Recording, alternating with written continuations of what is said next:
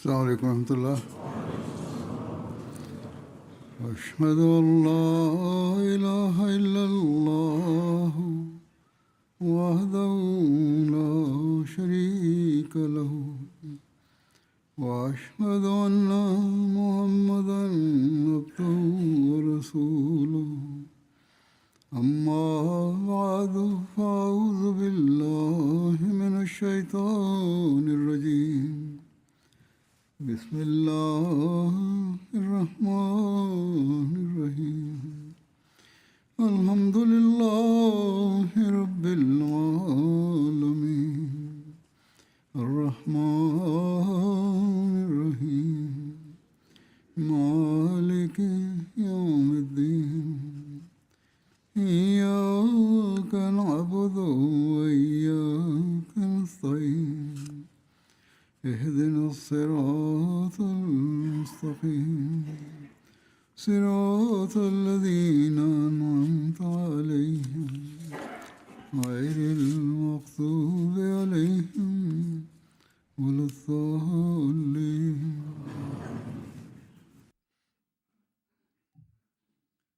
মহানবী সাল্লাল্লাহু আলাইহি ওয়াসাল্লামের শিক্ষা এবং রীতি বা সুন্নত অনুযায়ী তার নিবেদিত প্রাণ দাস মসিহ মওউদের বিনয় এবং নম্রতার ঘটনাবলী এবং নিজের জামাতকে এই বিনয় ও নম্রতা অবলম্বন করার উপদেশের বিষয়ে বা উপদেশ সম্পর্কে আজ আমি কিছু বলবো।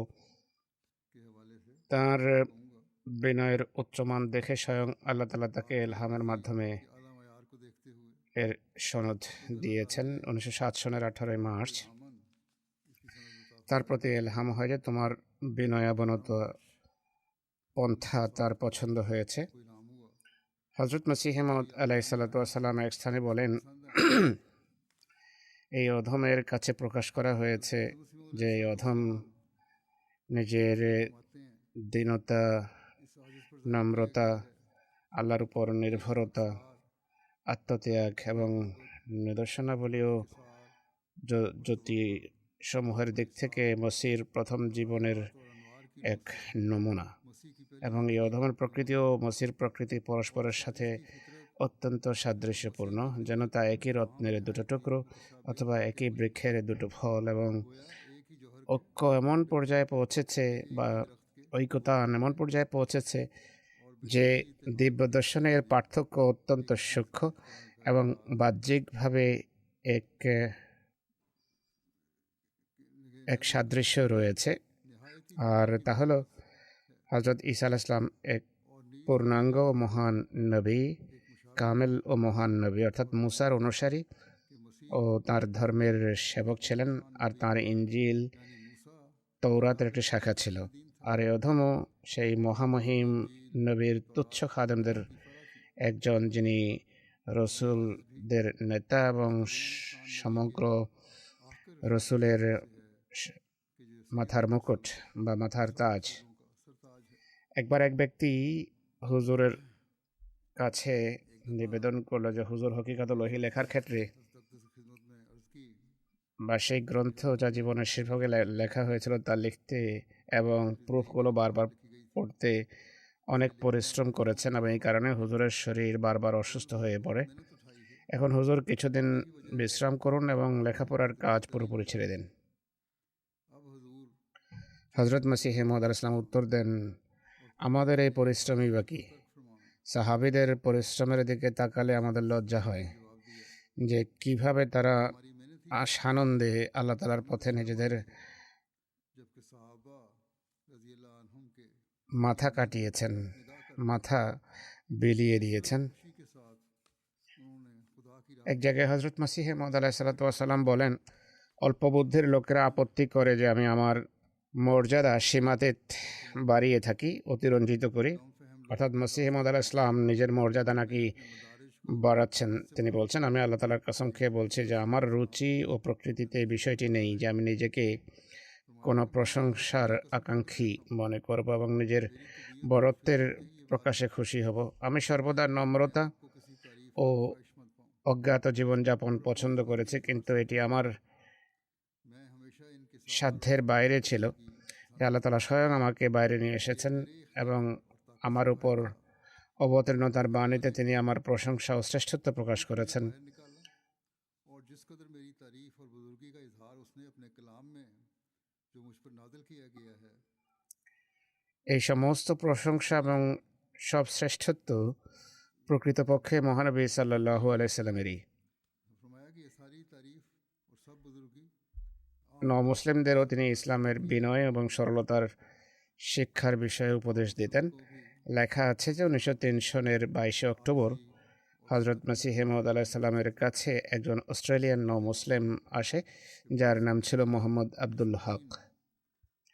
আলোচনাকালে, কথোপকথনকালে হজরত আকদাস বলেন, আমাদের নীতিমালার মধ্যে একটি হলো আমরা এক অনাড়ম্বর জীবনযাপন করি।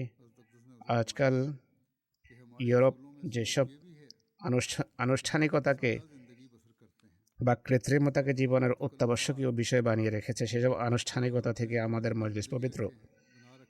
প্রথা ও অভ্যাসের আমরা দাস নই।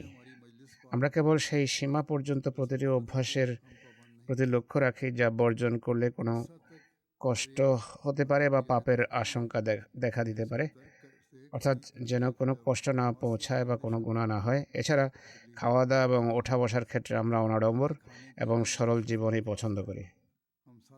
এগুলো হলো বিনয়ের সে উচ্চমান যা তিনি তার জামাতের সদস্যদের মাঝে সৃষ্টি করতে চেয়েছেন। তিনি এক স্থানে বলেন যে বিনয় অবলম্বন করা উচিত। বিনয় শেখা কোনো কঠিন কাজ নয়।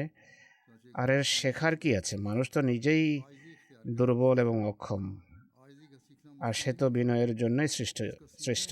ওমা খালাকতুল জিন্না ওয়াল ইনসা ইল্লা লিয়াবুদুন। আর আমি জিন ও মানুষকে কেবল আমার ইবাদতের জন্য সৃষ্টি করেছি। অহংকার ইত্যাদি সবকিছুই কৃত্রিম বিষয়। সে যদি এই কৃত্রিমতাকে ছুঁড়ে ফেলে তবে তার প্রকৃতিতে বিনয়ই দৃষ্টিগোচর হবে। সুতরাং এটি হলো সেই মূলনীতি যার মাধ্যমে আল্লাহ তাআলার নৈকট্য লাভ করা যায়।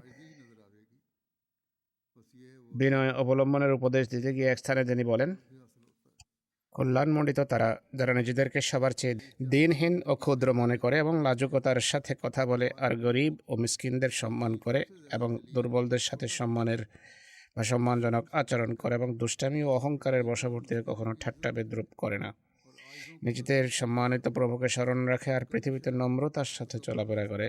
সুতরাং আমি বারবার বলছি যে এরাই সেই সব লোক যাদের জন্য পরিত্রাণ নির্ধারিত রাখা হয়েছে। যে ব্যক্তি দুষ্টামি ও অহংকার, আত্মশ্লাঘা, দম্ভ, দুনিয়াপ্রীতি, লোভ, লালসা এবং অনাচারের জাহান্নাম থেকে এই জগতেই বেরিয়ে আসেনি, সে পরকালেও তা থেকে কখনো বের হতে পারবে না। অর্থাৎ এই জগতে নেক কাজের যে নেক কাজ করবে সেগুলোই পরকালে কাজে আসবে। তিনি বলেন, আমি কি করি, কোথা থেকে এমন শব্দাবলী নিয়ে আসি যা এই দলের অর্থাৎ আমার মান্যকারীদের হৃদয়ে প্রভাব বিস্তার করবে।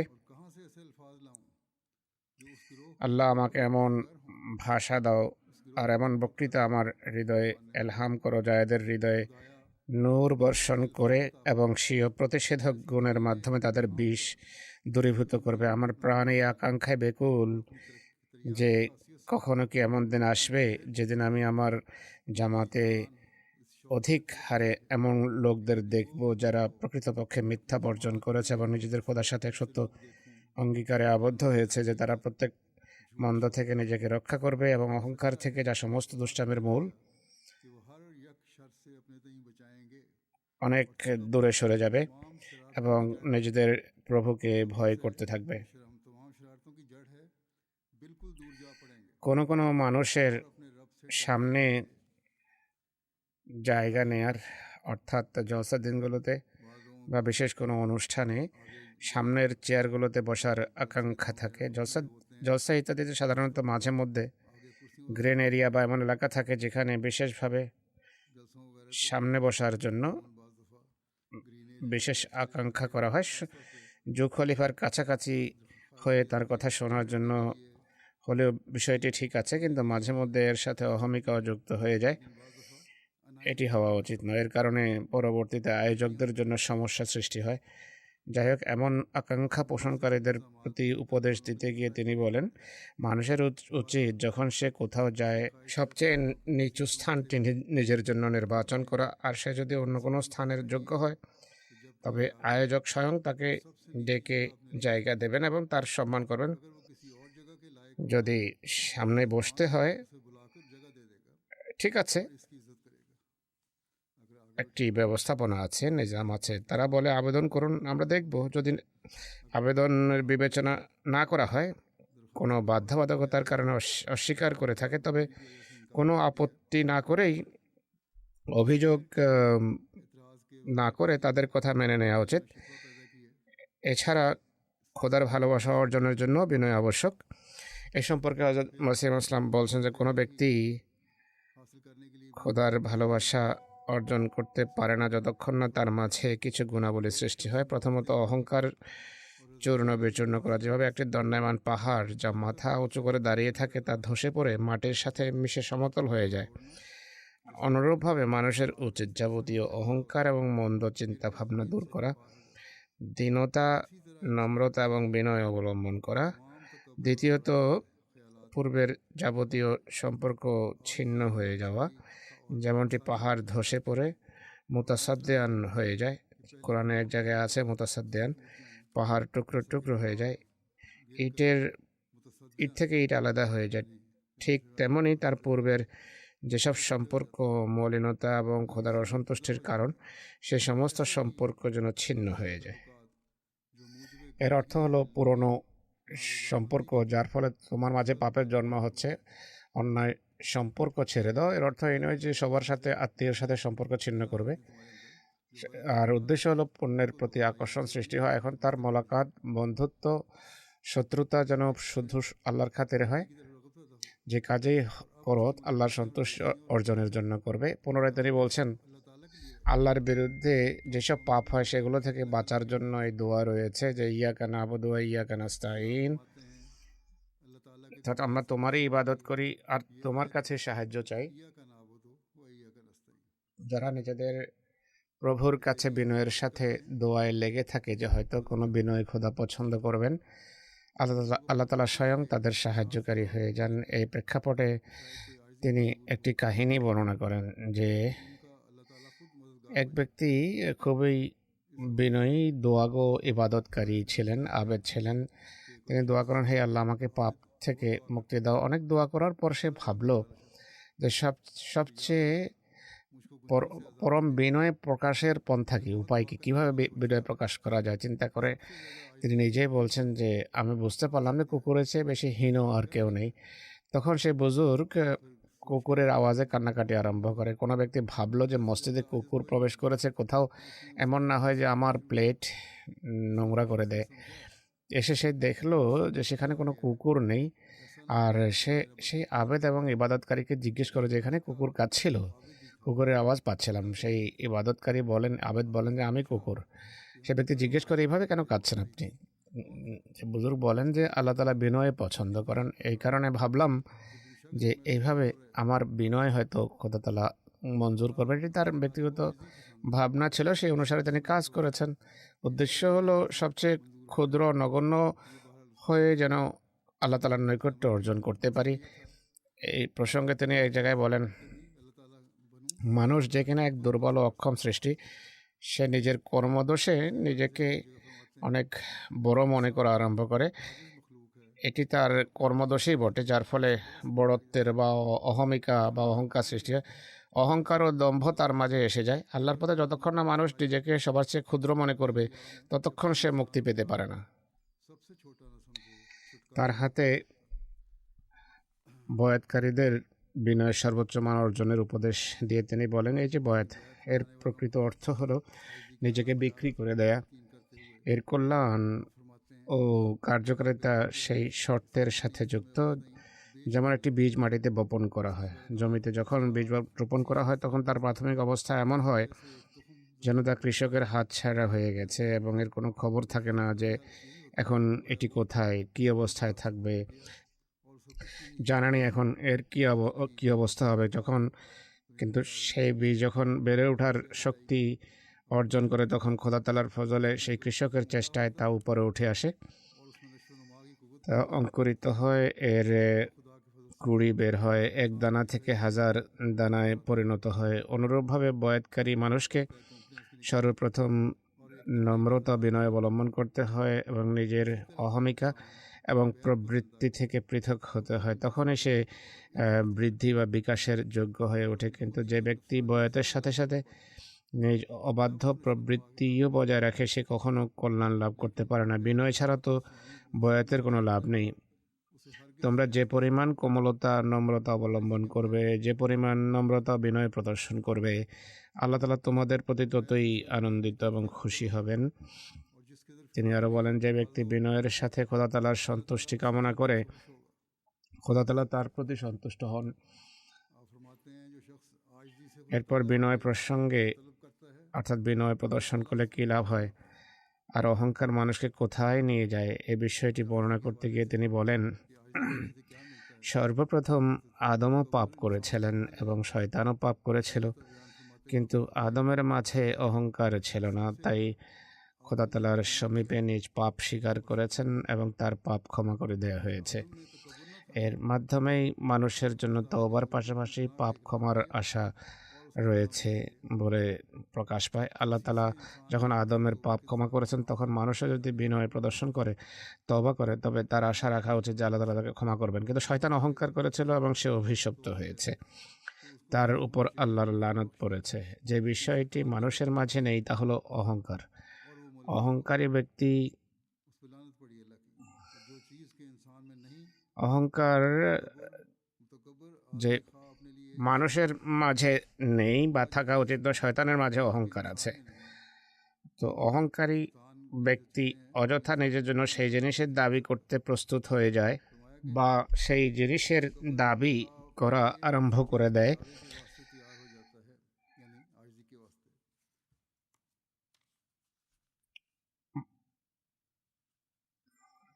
মানুষের ফিতরতের অংশ নয় যে সে অহংকার করবে, তাই বিনা কারণে সে শয়তানের মতো অহংকার করা কেন আরম্ভ করবে? তিনি বলছেন, নবীদের মাঝে অনেক গুণ বৈশিষ্ট্য থাকে, সেগুলোর মধ্যে একটি গুণ হলো নিজেকে নেগেট করা, আমিত্ব বর্জন করা। তাদের মাঝে আমিত্ব থাকে না, তারা নিজেদের প্রবৃত্তির উপর মৃত্যু আনয়ন করে। শ্রেষ্ঠত্ব কেবল খোদারই জন্য। যারা অহংকার করে না বা নম্রতা অবলম্বন করে, তারা কখনো ধ্বংস হয় না। পুনরায় বিনয় অবলম্বনের উপদেশ দিতে গিয়ে এক স্থানে তিনি বলেন যে এখনও জামাতে অনেক এমন মানুষ আছে যারা নিজেদের মর্জির বিরুদ্ধে সামান্য কোনো কথা শুনলেই উত্তেজিত হয়ে ওঠে, অথচ এই ধরনের সব উত্তেজনা দমন করা অত্যন্ত জরুরি, যাতে স্বভাবে সহনশীলতা ও ধৈর্যের সৃষ্টি হয়। দেখা যায় একটি সামান্য বিষয় নিয়ে বিতর্ক শুরু হলে একে অপরকে পরাস্ত করার চিন্তায় মগ্ন হয়ে পড়ে, একে অপরকে পরাস্ত করার চিন্তায় থাকে যে কিভাবে আমি বিজয়ী হব। এমন মুহূর্তে প্রবৃত্তির উত্তেজনা থেকে বেঁচে থাকা উচিত। বিবাদ মেটানোর স্বার্থে ছোটোখাটো বিষয় সজ্ঞানে নিজে নিজেই অবমাননা বা পরাজয় মেনে নেওয়া উচিত। প্রতিযোগিতায় নিজের অন্য ভাইকেও পদস্থ করার চেষ্টা কখনো করা উচিত নয়। আমরা যদি আমাদের জীবনের পর্যালোচনা করি, তবে এমন অনেক মানুষ রয়েছে যারা এই মিথ্যা আত্মমর্যাদা বোধ রাখে এবং তাদের মাঝে অহংকার বা আমি ভাব পাওয়া যায়, যে কারণে ঝগড়া বিবাদ বৃদ্ধি পায়। কিন্তু যদি আল্লাহর নৈকট্য লাভ করতে হয়, তবে এ থেকে মুক্তি পেতে হবে। এমনকি কেউ কেউ তো অন্যের ক্ষতি করার চেষ্টা করে, কখনো কখনো অন্যায় অভিযোগ দায়ের করে বসে যে অমুক জায়গায় আমাদের ঝগড়া হয়েছিল, অমুক জায়গায় সে আমাকে মন্দ বলেছিল, তাই এখন আমি তাকে যে কোনো অন্যায় উপায়ে মিথ্যা মামলায় বা কোনো শাস্তিতে ফাঁসানোর চেষ্টা করব।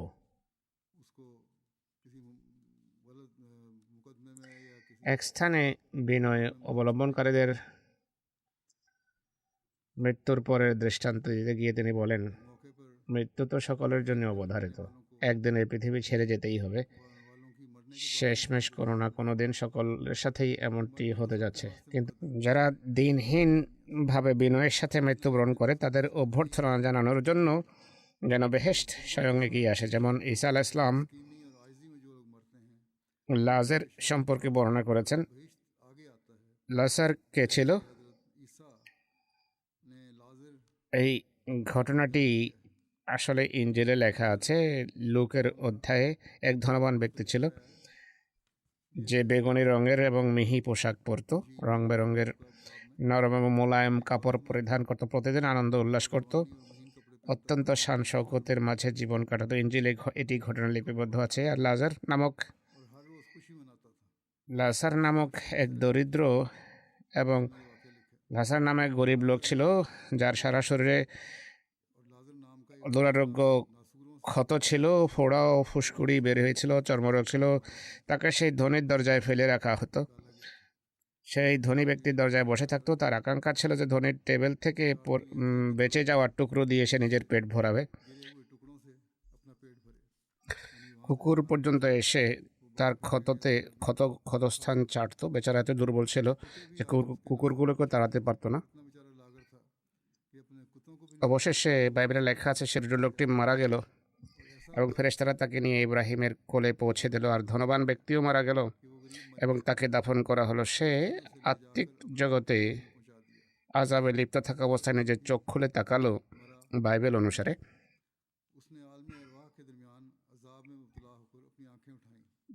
দূর থেকে ইব্রাহিমকে দেখলো আর তার কোলে লাজারকে দেখতে পেল। আবার সে চিৎকার করে বলল, হে পিতা ইব্রাহিম, আমার প্রতি দয়া করুন, লাজারকে পাঠিয়ে দিন। লাজারকে পাঠান যেন সে তার আঙ্গুলের ডগা পানিতে ভিজিয়ে আমার জিহ্বা সিক্ত করে।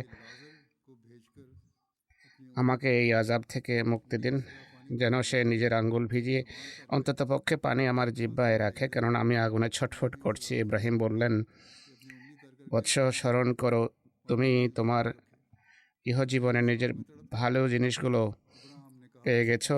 একইভাবে লাজার সেখানে কিছুই পায়নি, কিন্তু এখন সে এখানে শান্তি পাচ্ছে আর তুমি ছটফট করছো। তিনি বলেন, পরিণামে অহংকারীদের পরিণাম এমনই হয়ে থাকে। মানুষ যতক্ষণ পর্যন্ত একজন দরিদ্র অসহায় বৃদ্ধার সাথে সেই আচরণ না করে যা সে কোনো উচ্চ বংশীয় মর্যাদাবান সম্মানিত ব্যক্তির সাথে করে থাকে কিংবা করা উচিত, এবং সব ধরনের অহংকার, দাম্ভিকতা, আত্মম্ভরিতা থেকে নিজেকে দূরে না রাখে, সে কখনো আল্লাহ তাআলার রাজত্বে প্রবেশ করতে পারবে না।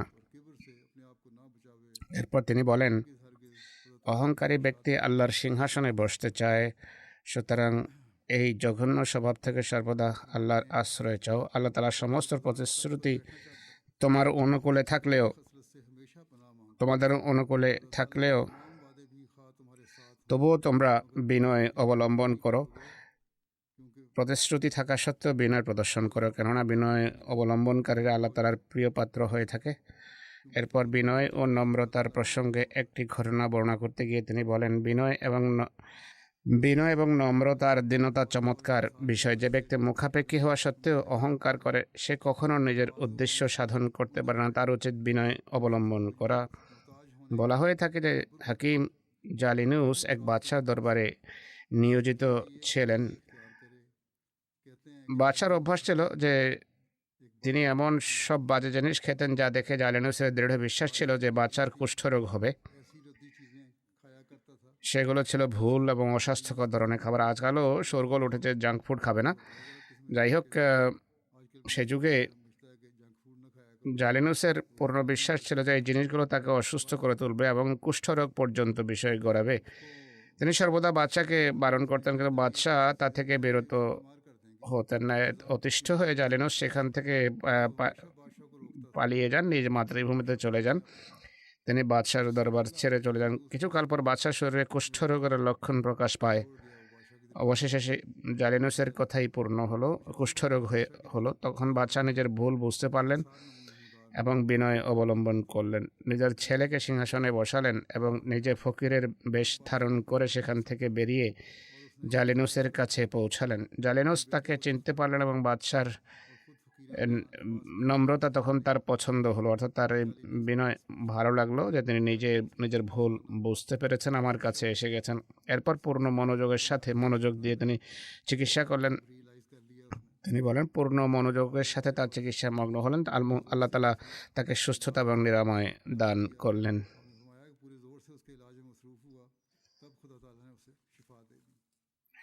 নিজের এক বৈঠকে স্বীয় ইলহামের কথা উল্লেখ করে তিনি যে উপদেশ প্রদান করেছেন, রওয়ায়েতের উল্লেখ এইভাবে দেখা যায় যে ফজরের নামাজের পর হযরত মসিহ মাউদ আলাইহিস সালাম আসেন। নামাজের পূর্বেই কিছুক্ষণ বৈঠক করলেন, অর্থাৎ ফজরের পূর্বে তিনি চলে আসেন, বৈঠক করেন। আর ইন্নী ওয়াহাফিজুকুল্লা মান ফিদ্দারি ইল্লাল্লাযিনা আলাউ ওয়াস্তাকবারু, অনুবাদ হলো, আমি এই গৃহের অভ্যন্তরে বসবাসকারী সকলকে রক্ষা করব, কেবল তাদের ব্যতীত যারা ঔদ্ধত্য এবং অহংকার প্রদর্শন করেছে। মুসলিম বলেন, এতে ঔদ্ধত্য ও অহংকার বলতে কেবল ধন সম্পদ ও পদমর্যাদার অহংকার বোঝায় না, বরং এমন প্রত্যেক ব্যক্তি এর অন্তর্ভুক্ত যে বিনয় ও নম্রতার সাথে নিজেকে আল্লাহ তাআলার সামনে উপস্থাপন করে না, তার নির্দেশাবলী অমান্য করে, সে যত গরিবই হোক না কেন। ঘরে প্রবেশকারী সেই হবে যে বিনয় প্রদর্শন করে। এরপর তিনি এক স্থানে বলেছেন যে মানুষ যখন সফলতা লাভ করে এবং অসহায়ত্ব বিপদের অবস্থা আর থাকে না, সেই সময় যে ব্যক্তি বিনয় অবলম্বন করে এবং খোদাকে স্মরণ রাখে, তারাই হলো সত্যিকার অর্থে কামেল এবং পছন্দনীয়। শুধু নিজেই এইগুলো শুধু জামাতকে নসিহত করেনি, বরং তিনি নিজে এর উপর আমল করেছেন আর প্রমাণ করেছেন, যার উদাহরণ আমি শুরুতে দিয়েছি যে আল্লাহ তাআলার কাছেও তার এই আমল পছন্দনীয় হয়েছে। যাই হোক, হযরত মির্জা বশির আহমদ সাহেব বলেন যে আমাকে মির্জা সুলতান আহমদ সাহেব বলেছেন, দাদা সাহেব আমাদের জেঠা মির্জা গোলাম কাদের সাহেবকে মজলিসে বসার জন্য চেয়ার দিতেন। অর্থাৎ হযরত মসিহ মাউদের ভাই গোলাম কাদের সাহেবকে দাদা তার পিতার বৈঠকে চেয়ার দেয়া হতো। দাদার কাছে গেলে তাকে চেয়ার দিতেন, কিন্তু পিতাজি গিয়ে নিচে চাটাই বসে যেতেন।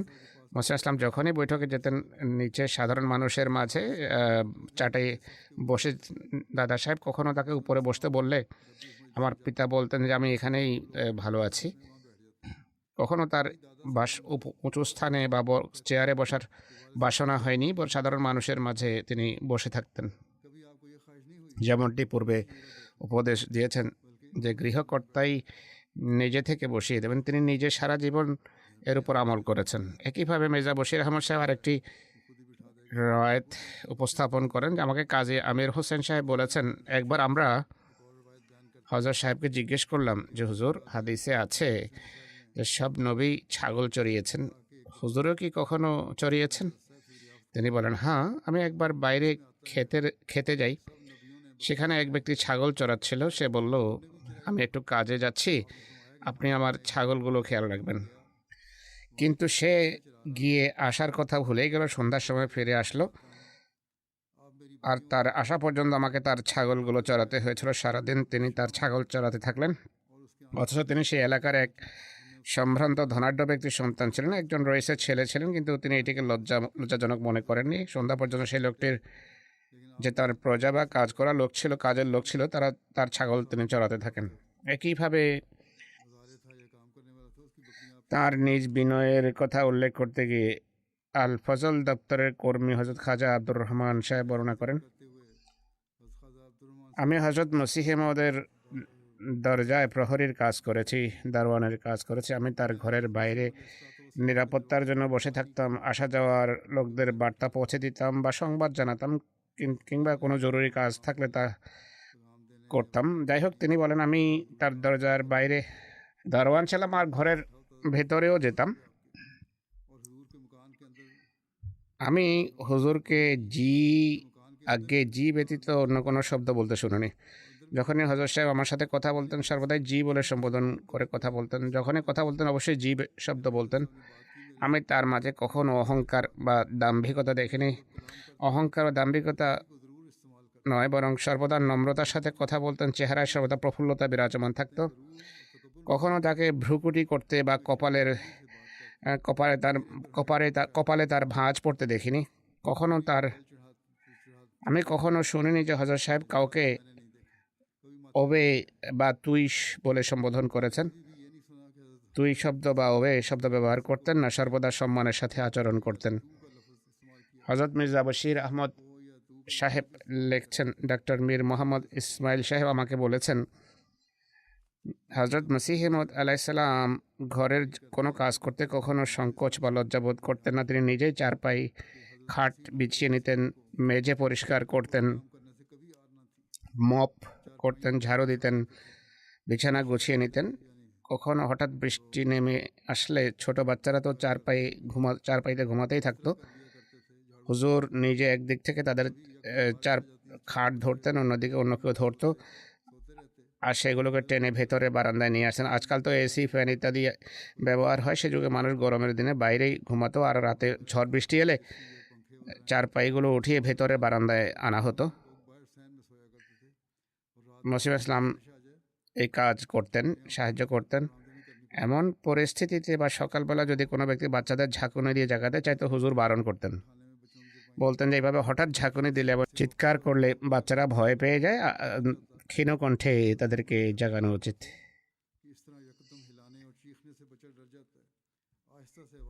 হজরত মির্জা বশির আহমদ সাহেবই আরেকটি রেওয়ায়েত বর্ণনা করেন। তিনি বলেন, মির্জা সুলতান আহমদ সাহেব বলেছেন, তিনি রেওয়ায়েতটি মৌলভী রহিম বক্স সাহেবের কাছে শুনেছিলেন। আব্বাজান বাইরের দোতলার বাইরের কক্ষে থাকতেন। বাইরে তার একটি কক্ষ ছিল, উপরে দোতলায় তিনি তাতে থাকতেন। সেখানেই তার জন্য খাবার যেত। ঘরের বাইরের মসিহ মউদ সম্পর্কে তিনি বলেছেন, আব্বাজান বাইরের চৌপাড়ায় থাকতেন। বাইরে একটি কক্ষ ছিল উপরের দোতলায়, আর সেখানেই খাবার যেত। যে যুগে রোজা রেখেছিলেন সেখানেই থাকতেন এবং খাবার যেত। যে ধরনের খাবার পাঠানো হতো হুজুর তা খেয়ে নিতেন। কখনো কোনো প্রকার অভিযোগ করতেন না, কিছু বলতেন না খাবার সম্পর্কে। জামাতের ইতিহাসে একটি ঘটনা অত্যন্ত সুপরিচিত। এটি তার দাবির পূর্বের কথা। মৌলভী মোহাম্মদ হোসেন বাটালভি সাহেব যখন সদ্য মৌলভী এবং আলেম হয়ে দিল্লি থেকে নিজ এলাকা বাটালায় ফিরে আসেন, তখন এলাকায় তার বেশ যশ এবং খ্যাতি ছড়িয়ে পড়ে।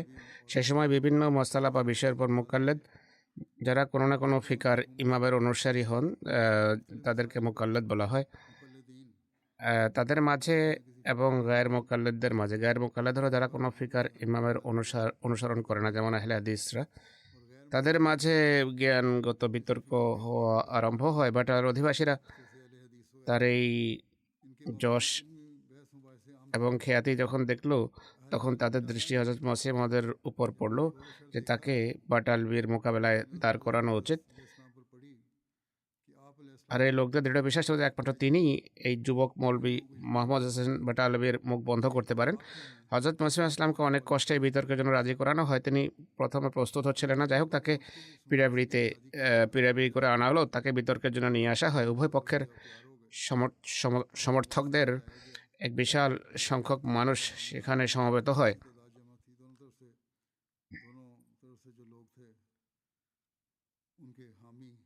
লেখা আছে যে আজ তো বিশেষভাবে মোকাল্লেদদের দলটি যথার্থভাবেই তাদের আগাম বিজয়ের বিষয়ে অত্যন্ত সুনিশ্চিত ছিল, আর এমনটাই হওয়া উচিত ছিল, কেননা আজ এই মহান আলেমকে বিতর্কের জন্য, মসিহ মউদকে বিতর্কের জন্য ডাকা হয়েছে। মোকাল্লেদদের ধারণা ছিল আজ আমরা জয়যুক্ত হবই, কারণ গোলাম আহমদ কাদিয়ানী সাহেব আজ প্রতিদ্বন্দ্বিতায় এসেছেন মোহাম্মদ হোসেন বাটালভির। কেননা তার যুক্তি বা পাকড়াও এমন অকাট্য হতো যে প্রতিপক্ষ ফাঁদে পড়া চড়ুইয়ের মতো অসহায় ও নিরুপায় হয়ে যেত তার সামনে। যাই হোক, তিনি যখন বিতর্কের স্থানে পৌঁছালেন, তখন মোহাম্মদ হোসেন বাটালভি সাহেবকে জিজ্ঞেস করলেন যে আপনার চিন্তাধারা, দৃষ্টিভঙ্গি এবং আকিদা কি, বিশ্বাস কি, বলুন, তা যেন আমি খণ্ডন করতে পারি। মৌলভী মোহাম্মদ হোসেন বাটালভি সাহেব বললেন যে আমার মতে কোরআন অগ্রাধিকার রাখে, এরপর হাদিস মহানবীর হাদিস এরপর মর্যাদা রাখে, যার আলোকে সিদ্ধান্ত হওয়া উচিত। মসিহ ইসলাম মৌলভী সাহেবের কাছে তার বিশ্বাসের কথা যখন শুনলেন, তখন বললেন, আমার মতে আপনার বিশ্বাস এবং দৃষ্টিভঙ্গিতে এমন কোনো দিক নেই যা আপত্তিজনক হতে পারে বা যাকে খণ্ডন করা উচিত। এসব লোক তাকে নিয়ে গিয়েছিল, তাদের ধারণা ছিল যে এভাবে তো আমাদের পরাজয় সাব্যস্ত হবে আর বিরোধী পক্ষ নিজেদের বিজয়ের দামামা বাজিয়ে দেবে। তিনি সরাসরি মৌলভী সাহেবকে বলে দিলেন যে আমি তো কোনো আপত্তিজনক বিষয় দেখছি না। তাই যাই হোক না কেন, বিতর্কের ময়দানে মৌলভী সাহেবকে অন্তত কিছুটা লজ্জিত বা ঘায়েল করা উচিত। কিন্তু হযরত মসিহ ইসলাম জয় পরাজয়ের অহংকার অপমানের পরোয়া না করে চরম উম, চরম বিনয় ও নম্রতার নিদর্শন বা দৃষ্টান্ত স্থাপন করে সেখান থেকে ফিরে আসেন। হযরত মসিহ মউদ আলাইহিসসালাম এই ঘটনার উল্লেখ করতে গিয়ে লিখেছেন, 1868 বা 69 সনে উর্দু ভাষায় একটি অদ্ভুত এলহাম হয়েছে, যা এই স্থানে লেখা সমীচীন। আর এই এলহামের প্রেক্ষাপট এমন ছিল যে মৌলভী আবু সাইদ মোহাম্মদ হোসেন সাহেব, যিনি কোনো এক সময় এই অধমের সহপাঠী ছিলেন, যখন সদ্য মৌলভী হয়ে বাটালায় আসেন আর তার চিন্তাধারা বাটালার অধিবাসীদের কাছে অপ্রীতিকর মনে হয়, তখন এক ব্যক্তি উক্ত মৌলভী সাহেবের সাথে কোনো এক বিতর্কিত বিষয়ে বিতর্ক করার জন্য এই অধমকে বাধ্য করে। তার জোরাজুরিতে এই অধম সন্ধ্যার সময় সে ব্যক্তির সাথে উক্ত মৌলভী সাহেবের বাড়িতে যায় এবং মৌলভী সাহেবকে তার পিতার সাথে মসজিদে দেখতে পায়। এরপর সার কথা হলো, অধম উক্ত মৌলভী সাহেবের সে সময়ের বক্তব্য শুনে উপলব্ধি করতে পারে যে তার কথায় এমন কোনো আপত্তিকর কিছু নেই, কোনো বাড়াবাড়ি নেই। তাই শুধু আল্লাহর খাতিরে বিতর্ক বর্জন করা হয়। রাতে মহান আল্লাহ তাঁর ইলহাম এবং এভাবে আমাকে সম্বোধন করেন যে তোমার খোদা তোমার এই কাজে সন্তুষ্ট হয়েছেন, তিনি তোমাকে অনেক কল্যাণ দান করবেন, এমনকি বাদশারা তোমার বস্ত্রে কল্যাণ অন্বেষণ করবে। এরপর দিব্য দর্শনে সেসব বাদশাদের দেখানো হয়েছে যারা ঘোড়ায় আরোহী ছিলেন।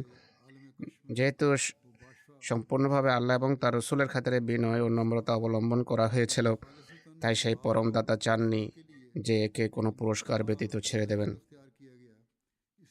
হযরত শেখ ইয়াকুব আলী ইরফানি রাদিয়াল্লাহু আনহু এই ঘটনাটি তাঁর রচিত হায়াতে আহমদ গ্রন্থে বর্ণনা করেছেন, একটি নোটও লিখেছেন। তিনি লেখেন, মানুষ বিতর্কের সাধারণ ধরন এবং বিতার্কিকদের অবস্থা সম্পর্কে খুব ভালোভাবে অবগত। যারা বিতর্ক করে তারা বিরোধী বা প্রতিপক্ষের সত্য কথাকে গ্রহণ করে নেয়া বা জনসমক্ষে তা স্বীকার করে নেওয়াকে অত্যন্ত কঠিন একটি বিষয় বলে মনে করে। আমি আলেমদের অবজ্ঞা করছি না, কিন্তু আলেমদের জন্য তো জীবন দিয়ে দেয়া সহজ, তবে নিজের ভুল স্বীকার করা তো দূরের কথা, প্রতিপক্ষের সঠিক ও যুক্তিসঙ্গত কথা মেনে নেওয়ার অভ্যাসও তাদের নেই। আজও একই অবস্থা বিরাজমান। হযরত মসিহ মউদ আলাইহিসসালাতু ওয়াসসালামের অবস্থা ছিল নিষ্ঠা এবং আল্লাহর সন্তুষ্টির রঙে রঞ্জিত। এ থেকে বোঝা যায় যে তিনি স্বভাবগতভাবেই এটি পছন্দ করতেন না যে মুসলমানদের মাঝে অভ্যন্তরীণ কোন্দল থাকবে। তারা মাসাইল বা বিভিন্ন বিষয়ের মতবিরোধের কারণে সত্যের অনুসন্ধান এবং সত্য খোঁজা, সত্যের আকাঙ্ক্ষা ও সত্য বলা বর্জন করুক, এটি তিনি চাইতেন না। আর এটি কতটা সাহস ও বীরত্বের বিষয় যে এক ব্যক্তির সাথে তিনি বিতর্ক করতে যাচ্ছেন, তারই বাড়িতে পৌঁছান। তার জ্ঞান এবং প্রভাবের কারণে মনে কোনো বাধা বা সংকোচও ছিল না, কিন্তু তার মুখ থেকে একটি সত্য কথা শুনে আদৌ এ কথার ভ্রুক্ষেপ করেন না যে মানুষ কি বলবে, তারা কি একে পলায়ন সাব্যস্ত করবে নাকি প্রতিপক্ষের দ্বারা প্রভাবান্বিত হওয়া হিসাবে সেটিকে গণ্য করবে। যখন কথাটি সত্য ছিল তিনি তা মেনে নিলেন, আর যে কথাটি সত্য ছিল তা স্বীকার করে নিলেন, পরোয়াই করলেন না যে মানুষ কি বলবে। নিজ স্বীকৃতির মাধ্যমে তার সত্যতার উপর মোহর লাগিয়ে দিলেন। এটি এমন একটি কাজ যার দৃষ্টান্ত নবী আলাইহিমুসসালাম বা নবীদের মাঝে দেখা যায়। ধর্মের বিষয়ে ইখলাস এবং নিজের প্রবৃত্তি বাসনাকে চূর্ণ করে দেওয়ার এই প্রবল আবেগ কেবল আল্লাহ তাআলার কৃপাতেই লাভ হয়। এরপর এই কাজের গ্রহণযোগ্যতার নিদর্শন তখনই প্রকাশ পেয়েছে যখন আল্লাহ তাআলা এলহামের মাধ্যমে তাকে সুসংবাদ দেন এবং রাদিয়াল্লাহু আনহুমের সার্টিফিকেট তাকে প্রদান করলেন। মানুষ পৃথিবীতে চায় যে তার গ্রহণযোগ্যতা বা গ্রহণীয়তা বৃদ্ধি পাক, মানুষ তার দিকে আকৃষ্ট হোক। আল্লাহ তাআলা এই কাজের ফলস্বরূপ তাকে বললেন যে বাদশাহ তোমার পোশাক থেকে বরকত অন্বেষণ করবে। এটি এমন এক যুগের কথা যখন বারাহিনে আহমদিয়ার রচনা ও সংকলনের ধারণা তখনও তার মাথায় আসেনি, কোনো প্রকার দাবি করা তো দূরের কথা। তিনি দুনিয়া থেকে প্রায় সম্পর্কহীন জীবনযাপন করছিলেন, চাকরিও ছেড়ে দিয়েছিলেন। ভবিষ্যৎ জীবনযাপনের চিন্তাভাবনা যদিও তার মন মস্তিষ্কে প্রভাব ফেলছিল না, কিন্তু পরিবারের সদস্যদের অবশ্যই এই চিন্তা ছিল যে তিনি কি করবেন। সেই সময় ইলহাম হয় যে বাদশাহ তোমার পোশাক থেকে কল্যাণ অন্বেষণ করবে, অথচ তখন তার কাছে কিছুই ছিল না। সেই সময় তার পিতা যেন জীবিত ছিলেন। মোট কথা, তিনি জীবনের এমন এক পর্যায়ে ছিলেন যেখানে একজন দুনিয়াদারের অনেক আশা আকাঙ্ক্ষা থাকে এবং বয়সের সেটি এমন এক পর্যায়ে যখন সব ধরনের চিন্তা ভাবনা এবং আত্মমর্যাদা বোধ আত্মপ্রদর্শনের আবেগ পূর্ণ উদ্যমে ও চরম শিখরে থাকে। নিজের কথার উপর অটল থাকা এবং জিদ থাকে। এই সমস্ত পরিস্থিতির মাঝে হজরত মির্জা সাহেব একজন সুপরিচিত মৌলবীর সাথে বিতর্কের জন্য যান এবং তার বক্তব্য শুনে তা সঠিক পেয়ে তা সত্যায়ন করে দেন। না এই চিন্তা আসে যে মানুষ কি বলবে, আর না এই কথার পরোয়া করা হয় যে এই ব্যক্তির কিছু আকিদার কারণে মানুষ তার সাধারণ বিরোধিতা করছে আর আমি আমার বক্তব্যের মাধ্যমে তাকে সমর্থন করছি। আমার বিরুদ্ধে চরম বিরোধিতার ঝড় উঠতে পারে। সুতরাং আপনারা ভেবে দেখুন যে এমন পরিস্থিতিতে যখন হানাফি এবং গায়ের মোকাল্লিদদের মাঝে চরম লড়াই বা বিরোধ চলছিল এবং কোনো আহলে হাদিসকে সমর্থন করার অর্থ ছিল অগণিত বিপদ ডেকে আনা, তখন হযরত মির্জা সাহেব মৌলভী মোহাম্মদ হোসেন সাহেবকে সমর্থন করে বসলেন, অথচ তাকে তার সাথে বিতর্কের জন্য ডাকা হয়েছিল। এই ধারণা এবং সন্দেহ নিছক বোকামি হবে যে মৌলভী আবু সাইদ মোহাম্মদ হোসেন সাহেবের জ্ঞান বা প্রভাব তাকে নীরব করানোর কারণ হয়ে থাকতে পারে। এই সন্দেহ হয়তো কিছুটা গুরুত্ব পেত যদি পরবর্তী ঘটনা প্রবাহ তাকে অর্থাৎ হযরত মির্জা সাহেবকে মৌলভী মোহাম্মদ হোসেন বাটালভির সাথে মৌখিক বিতর্ক না করাতো আর তার মোকাবেলায় মোহাম্মদ ইসলামের এই যুবক অর্থাৎ হযরত মসিহ ইসলাম অবতীর্ণ না হতেন। এটি ভাবার কোনো অবকাশ নেই যে সেই সময় তিনি মোহাম্মদ হোসেন বাটালভির দ্বারা কিছুটা ভীতত্রস্ত ছিলেন, প্রভাবিত ছিলেন, কেননা পরবর্তীতে তো ইতিহাস তার প্রমাণিত তিনি মৌলভী মোহাম্মদ হোসেন সাহেবকে কয়েকবার চ্যালেঞ্জ দিয়েছেন, তাকে ডেকেছেন আর তার সামনে স্পষ্ট করেছেন যে মোহাম্মদ হোসেন বাটালভি কী ভুল করেছে। আর এরপর ইয়াকুব আলী সাহেব লেখেন যে কোনো সময় এবং কোনো অবস্থাতে তার উপর এক সেকেন্ডের জন্য তার অর্থাৎ মৌলভী মোহাম্মদ হোসেন বাটালভির কোনো প্রভাব পড়েনি, তাকে ভীত করতে পারেনি, ত্রস্ত করতে পারেনি। তাই এগুলো এমন সব ঘটনা যাকে অস্বীকার করতে পারবে না। সুতরাং এমন অবস্থায় এই ধরনের ধারণা পোষণ করা নিছক মূর্খতা এবং এর গভীরে একটি এবং কেবল একটি বিষয় নিহিত ছিল, আর তা হলো ধর্মের ব্যাপারে নিষ্ঠা এবং আন্তরিকতা। তাই তিনি সে সময় বাটালভির কথা যে মেনে নিয়েছিলেন তা মৌলভী মোহাম্মদ হোসেন বাটালভির ভয়ে মেনে নেননি, কেননা পরবর্তীতে তিনি তাকে কয়েকবার চ্যালেঞ্জও দিয়েছেন আর তাকে দাওয়াতও দিয়েছিলেন, তাকে সঠিক পথে আসার উপদেশও প্রদান করেছেন।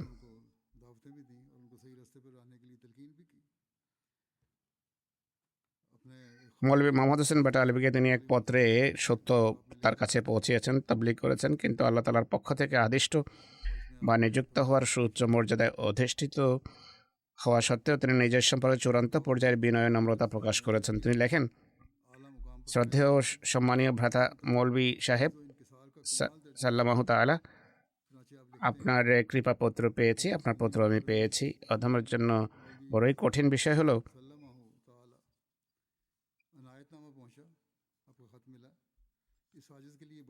আসসালামু আলাইকুমও লিখেছেন। এরপর লিখছেন, এই অধমের জন্য কঠিন বিষয় হলো অনেক সময় হঠাৎ করে শরীর এতটা অসুস্থ হয়ে পড়ে যে সামনে মৃত্যু দেখতে পাই, আর কিছু না কিছু অসুস্থতা তো সবসময় থাকেই। যদি বেশি কথা বলি তবে রোগের হামলা শুরু হয়ে যায়, যদি বেশি চিন্তা করি তাহলে সেই একই অবস্থা দেখা দেয়। আপনার শেষ পত্র পেয়েছি, এমন মনে হচ্ছে যে মৌলভী আব্দুল জব্বার সাহেবকে সাথে নিয়ে তা লেখা হয়েছে, অর্থাৎ আপনারা দুজন মিলে চিঠি লিখেছেন, তাই উত্তরও সেভাবে লেখা হয়েছে। এই অধম রোগের আধিক্যের কারণে একেবারে অকেজো হয়ে পড়েছে। এই মুহূর্তে অসুস্থতার দাপট অনেক। মৌখিক বা লিখিত বিতর্ক করার মতো শক্তি কোথায়, বিতর্ক করার মতো সাহস এই মুহূর্তে আমার নেই। নিছক আল্লাহ তাআলার কৃপায় তিনটি পুস্তিকা, যে তিনটি বই লিখেছিলেন তিনি, অর্থাৎ ফাতে ইসলাম, তজি মোরা, মেজাল ওহাম, তাও এইভাবে যে অধিকাংশ সময় অন্য ব্যক্তি অধমের কথাগুলো লিখে নিয়েছে এবং নিজ হাতে কিছু লেখার সুযোগ খুব কমই হয়েছে। লেখা উত্তম রূপে সংশোধন করার মতো সময়ও পাওয়া যায় না। হাদিস সম্পর্কে আপনার জ্ঞান অত্যন্ত ব্যাপক। তিনি মৌলভী মোহাম্মদ হোসেন বাটালভিকে লিখছেন যে হাদিস সম্পর্কে আপনার জ্ঞান অত্যন্ত ব্যাপক, আপনি অনেক বড় আলেম। এই অধম একজন উম্মি নিজেকে তিনি উম্মি এবং অক্ষরহীন বলছেন। না ইবাদত করতে পারছি, না কোনো আধ্যাত্মিক সাধনা করতে পারছি। তিনি চরম বিনয় প্রকাশ করছেন। না আছে জ্ঞান, না আছে যোগ্যতা, মোট কথা কিছুই নেই। আল্লাহ তালার পক্ষ থেকে একটি নির্দেশ ছিল যা অকাট্য সুনিশ্চিত। এই অধম তা পৌঁছে দিয়েছে আপনাকে। তা মানা বা না মানা যার যার নিজস্ব ব্যাপার ও উপলব্ধির উপর নির্ভর করে। তিনি অত্যন্ত বিনয়ের সাথে মোহাম্মদ হাসান বাটালবিকে তবলিগও করেছেন। হজরত মুন্সি আহমদ জান সাহেবের নামে হুজুর আলাহ ইসলামের একটি প্রকাশিত চিঠি আছে। তাতেও তার বিনয় ও নম্রতার উল্লেখ রয়েছে। তিনি লেখেন, আপনার পত্র পৌঁছেছে। দয়াময় আল্লাহর অনুগ্রহের কৃতজ্ঞতা প্রকাশের ভাষা নেই, যিনি এই তুচ্ছ বান্দাকে এমন সব আন্তরিক বন্ধু দিয়েছেন যাদের অস্তিত্ব এই অধমের জন্য সম্মান এবং গর্বের কারণ। মহান আল্লাহ আপনাকে সুখে শান্তিতে রাখুন এবং আপনাকে এইসব আন্তরিকতার প্রতিদান দিন। এই অধম অত্যন্ত অকেজ ও তুচ্ছ, আর এটি হজরত আরহামুর রাহিমিন দয়ালু আল্লাহর একান্ত করুণা অনুগ্রহ যে তিনি এই অযোগ্য ব্যক্তির উপর বিন্দুমাত্র যোগ্যতা ছাড়াই অশেষ কৃপাবাড়ি বর্ষণ করছেন। তিনি একের পর এক ত্রুটি দেখছেন আমার, তবু অনুগ্রহের পর অনুগ্রহ করছেন। তিনি একের পর এক অন্যায় দেখছেন, তবু পুরস্কারের পর পুরস্কার দিচ্ছেন। প্রকৃতপক্ষে তিনি অত্যন্ত কৃপাময় ও দয়ালু। আমি সেই ভাষা কোথায় খুঁজে পাবো যা দিয়ে কৃতজ্ঞতা প্রকাশ করা যেতে পারে? এই অধম অত্যন্ত তুচ্ছ, লাঞ্ছিত, কপর্দক্ষিণ ও সম্পূর্ণ নিঃস্ব। তিনি আমাকে ধুলোয়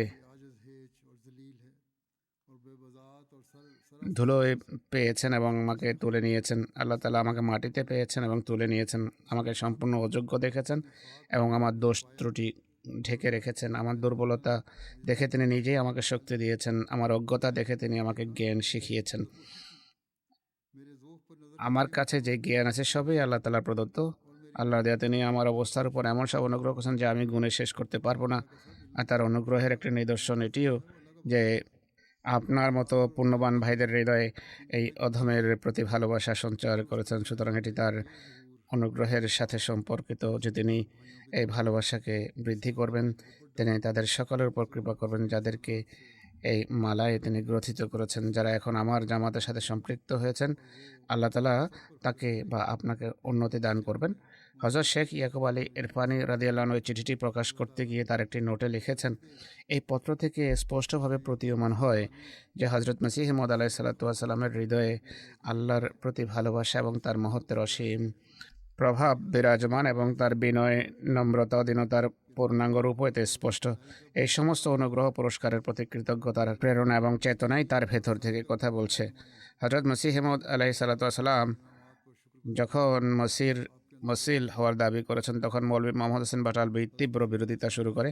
অত্যন্ত অহংকারের সাথে চরম অশালীন ভাষায় হুজুর আলাইহিস সালামকে চিঠি লিখতে আরম্ভ করে এবং নিজের পত্রিকা ইশাআতুস সুন্নাতে শিষ্টাচার বহির্ভূত শব্দ ব্যবহার করা আরম্ভ করে আর ঘোষণা করে যে এটি একটি ফিতনা, আমি এই জামাতকে ছিন্ন ভিন্ন করে ছেড়ে দেব। এমনকি সে লিখেছে যে আমি যেমন এই জামাতকে আকাশে উঠিয়েছি তেমনি মাটিতে একে ফেলবো, আছড়ে ফেলবো। অর্থাৎ নাউজুবিল্লাহ, মৌলভী মোহাম্মদ হোসেন প্রশংসা করে এই জামাতকে আকাশে উঠিয়েছিল, এখন বলছে যে আমি ভূপাতিত করব। মৌলভী সাহেবের এই ধারণা ছিল যে বারাইন আহমদিয়ার উপর আমার রিভিউ হজরত মসিহ মাউদকে আকাশে উঠেছিল। কিন্তু এই সমস্ত কটূক্তি ও অহংকারপূর্ণ কথাবার্তা ও চিঠিপত্রের জবাবে হুজুর আলাইহিস সালাম এমন সহনশীলতা, ধৈর্য, বিনয় এবং নম্রতা প্রকাশ করেছিলেন যা ঈসা আলাইহিস সালামের সহনশীলতাকেও হার মানিয়েছিল। এখানে মৌলভী সাহেবের নামে হুজুর আলাইহিস সালামের কেবল একটি চিঠি উপস্থাপন করা হচ্ছে, যা থেকে স্পষ্ট হয় যে তার কটূক্তি এবং অহংকারের বিপরীতে হুজুর আলাইহিস সালামের হৃদয়ে সহানুভূতি, হিতাকাঙ্ক্ষা এবং বিনয়ের নম্রতার এক মহাসমুদ্র তরঙ্গায়িত ছিল।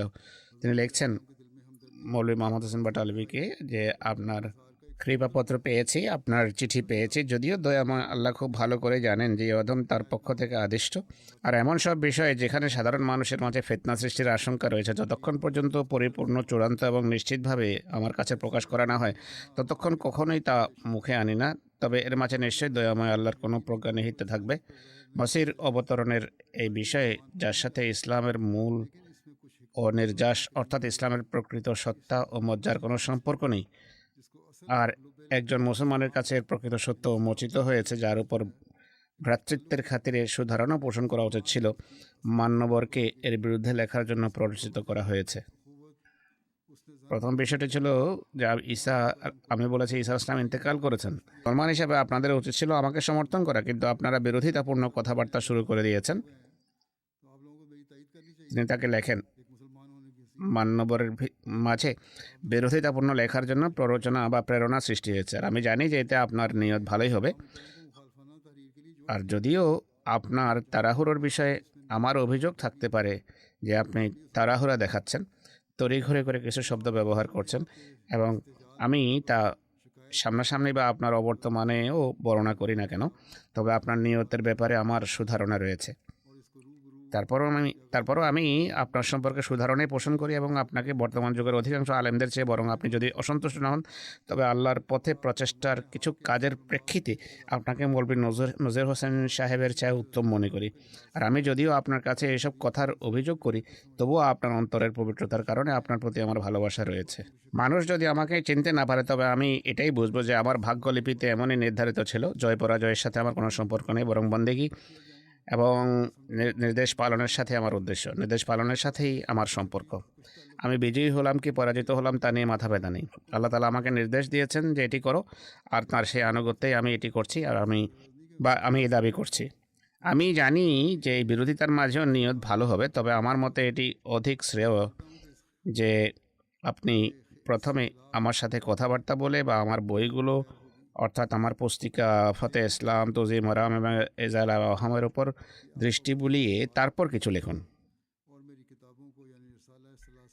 এতে আমার কোনো দুঃখ বা অনুতাপ নেই যে আপনার মতো বন্ধু বিরোধিতার জন্য সোচ্চার, কারণ মতের বিরোধিতাও তো সত্যের জন্যই হবে। আপনি হয়তো সত্যের জন্য লড়ছেন, কিন্তু প্রথম আমার বইগুলো তো পড়ে নিন। এখন আমি আপনার সাথে সাক্ষাতের জন্য সুস্থ আছি, আমি আসতে পারি, আমার শরীর ঠিক আছে, আমি সাক্ষাতের জন্য আসবো। আপনি যদি বাটালায় চলে আসেন, তবে আমি অসুস্থ হলেও মাথা ঘোরার সমস্যা এতটাই প্রবল যে দাঁড়িয়ে নামাজ পড়া যায় না, তবুও আমি যেভাবেই হোক আপনার কাছে পৌঁছে যাব। এতটুকু সুস্থতা তো থাকবেই যে আমি সফর করতে পারি। তবে যাই হোক, আমার মাথা ব্যথা ও মাথা ঘোরার কষ্ট রয়েছে, কিন্তু তা সত্ত্বেও আমি আপনার কাছে আসবো। হজরত মসিহ মওদ আলাইহিসসালাম মৌলভী মোহাম্মদ হোসেন বাটালভী সাহেবের নামে আরেকটি চিঠিতে লেখেন, আপনি যদি অসন্তুষ্ট না হন, তবে এই অধমের মতে আমার ভাই মৌলভী হাকিম নুরুদ্দিন সাহেবের মোকাবেলায় আপনার লেখায় কিছুটা কঠোরতা ছিল। মৌলভী নুরুদ্দিন সাহেব আপনাকে যে চিঠি লিখেছেন তা কঠোর ছিল। আল্লাহ তাআলা সর্বদা বিনয় ও নম্রতাকে পছন্দ করেন, আর আলেমদের উচিত তাদের ভাইদের সাথে সর্বোত্তম পর্যায়ের ব্যবহার করা, আচরণ ভালো হওয়া উচিত। যে ধর্মের সমর্থন ও সহানুভূতির জন্য দিনরাত প্রচেষ্টা চালানো হচ্ছে তা কি? তা কেবল এটি যে আমাদের সকল অবস্থা, কাজ, গতিবিধি ও স্থিতি যেন আল্লাহ এবং তার রসুলের ইচ্ছা অনুযায়ী হয়ে যায়। আমার মতে উত্তম চরিত্রের সকল শাখার মাঝে আল্লাহ তাআলা বিনয়, নম্রতা, দীনতা এবং অহংকারের বিপরীত এমন প্রতিটি আচরণকে যতটা পছন্দ করেন, চরিত্রের অন্য কোনো শাখাকে তিনি এতটা পছন্দ করেন না। আমার মনে আছে একবার এক চরম ধর্মহীন হিন্দুর সাথে এই অধমের আলোচনা হয়েছিল। সে এই ধর্মের বিরুদ্ধে সীমাহীন নোংরা ভাষা ব্যবহার করে। ধর্মীয় আত্মমর্যাদাবোধের কারণে অধম কিছুটা ওয়াগলুজ আলাইহিম শিক্ষার অধীনে তার প্রতি কিছুটা কঠোর আচরণ করা হয়। তাই আমার প্রতি এলহাম হয় যে তুমি নম্রতা অবলম্বন করো, নম্রতা চাই, নম্রতা। যদিও আমি তাকে কেবল উত্তরেই দিয়েছিলাম, তবুও আল্লাহ তাআলা আমাকে বলেছেন তুমি নম্রতা অবলম্বন করো। আমরা যদি ন্যায় বিচারের সাথে দেখি, তবে আমরা কি, আর আমাদের জ্ঞানই বা কি? যদি সমুদ্রে একটি চড়ুই পাখি চোঁচ বা ঠোঁট ডুবায়, তবে তা থেকে আর সমুদ্র থেকে আর কি কমবে? সমুদ্রের পানি থেকে চড়ুই যদি পানি পান করে ঠোঁট ডুবায়, তবে তা থেকে কী বা কমবে? আমাদের জন্য এটাই শ্রেয়, যেহেতু আমরা প্রকৃতপক্ষে ধূলিসম বা তুচ্ছতায় আমার ধূলিসম থাকাই উচিত। যখন আমাদের প্রভু আমাদের অহংকার ও দাম্ভিকতা পছন্দ করে না, তখন আমরা কেন তা করব? আমাদের জন্য এমন সম্মানের চেয়ে অপমানেই ভালো, যা আমাদেরকে আল্লাহর ক্রোধভাজন করবে। সুতরাং তার প্রতিটি কথা ও কাজ বিনয়ে পরিপূর্ণ ছিল। তার কেবল একটাই সন্ধান ছিল, একটাই লক্ষ্য ছিল, তা হলো আল্লাহ তাআলার সন্তুষ্টি অর্জন, তার বার্তাকে দুনিয়ার মানুষের কাছে পৌঁছানো, তার একত্ববাদ যেন প্রতিষ্ঠিত করা যায়। তিনি আসলে আমাদেরও বারবার এই উপদেশই দিয়েছেন যে বিনয় অবলম্বন করো, এর মাঝেই তোমাদের কল্যাণ নিহিত। আর এই বিষয়টি তোমাদেরকে আল্লাহ তাআলার নৈকট্য দেবে। আল্লাহ তাআলা আমাদেরকে বিনয়ের পথগুলো অনুসরণ করার তৌফিক দান করুন।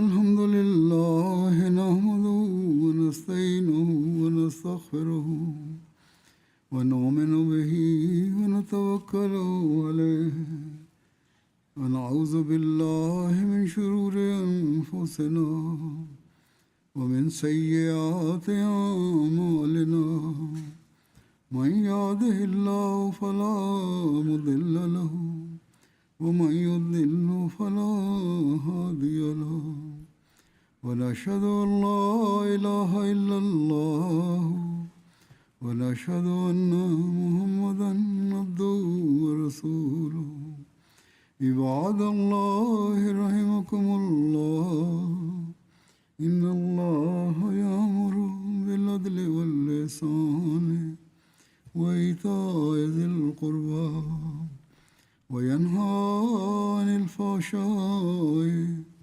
والمنكر والبغي يعظكم لعلكم تذكرون اذكروا الله يذكركم وادعوه يستجب لكم ولذكر الله أكبر.